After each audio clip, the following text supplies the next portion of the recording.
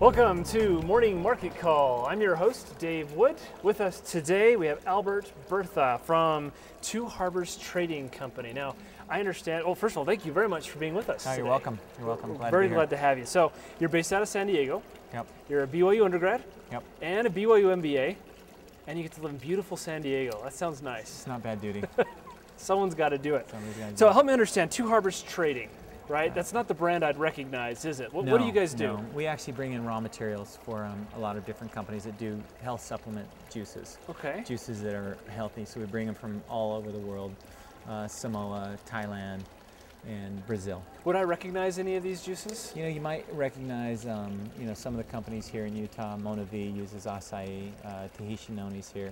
We do things that are similar to those companies. Okay, very interesting. So you go out abroad, sourcing your exotic drinks, you look to bring them here, and then you invite companies like, say, Costco or Walmart or local American companies, and they give you lots of money for your exotic travels. It'd be nice if that was that easy.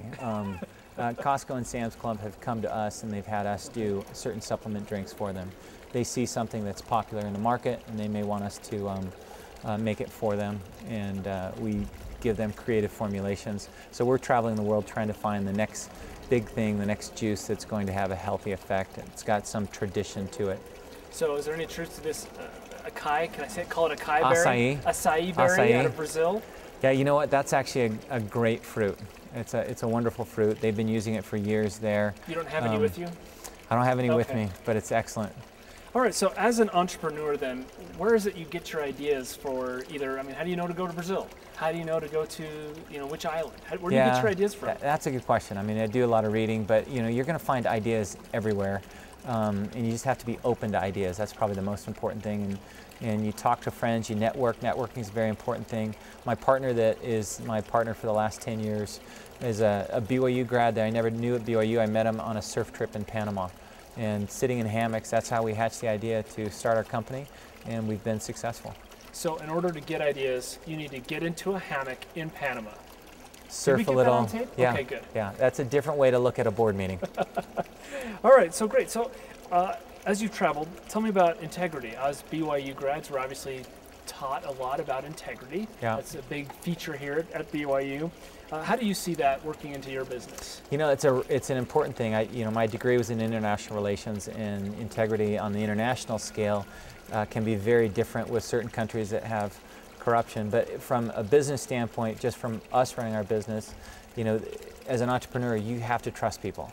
And if you can't trust people, you shouldn't do business with them, or you have to have some protection around it.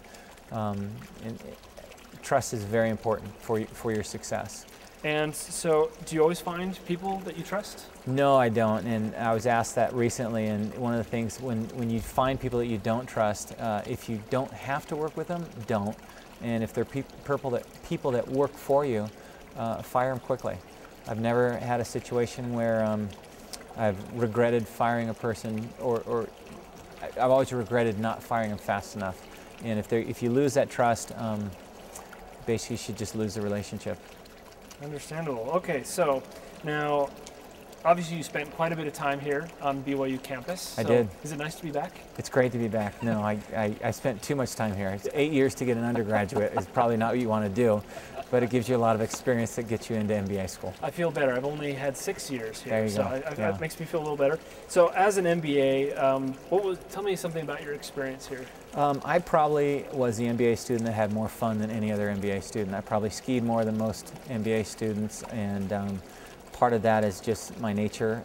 And I think one of the things that I would tell MBA students is to have fun and make sure that you network and enjoy your classmates, because those are going to be people that you're going to want to call upon in the future. And having a fun-loving personality is going to help you in business just as much as knowing the details of your accounting spreadsheets. Now, you were voted something I was voted most likely to have the best lifestyle in 5 years, and mainly because I did have a good time when I was here. And of all the things that you strive to, it sounds like that was your #1 goal. And I'm probably the most proud of that. And would you say you've achieved that then? I have achieved that, yes. I have a good lifestyle, and a lot of it I have to thank BYU. This is a great place to nurture my business skills, but also nurture skills with friends, and I'm still working with people from BYU And the ones that I trust, the ones that I've had good experiences with, I find more people that I trust from BYU than any other place. Albert, thank you very much for being here. This has been another riveting episode of Morning Market Call. We've learned if you want to have effective board meetings, hold them in a hammock in Panama. Follow us on Facebook, follow us on Twitter, and we'll see you next time. Morning Market Call is brought to you by the Marriott School of Management in cooperation with the Brigham Young University Department of Communications. MMC is made possible by generous donations from Larry Tasjan and Gary Williams. This show was produced by Jeff Butler, David Wood, and Doug Mumford, with line producing by Beth Grimmett. For more information, please follow us on Twitter and Facebook.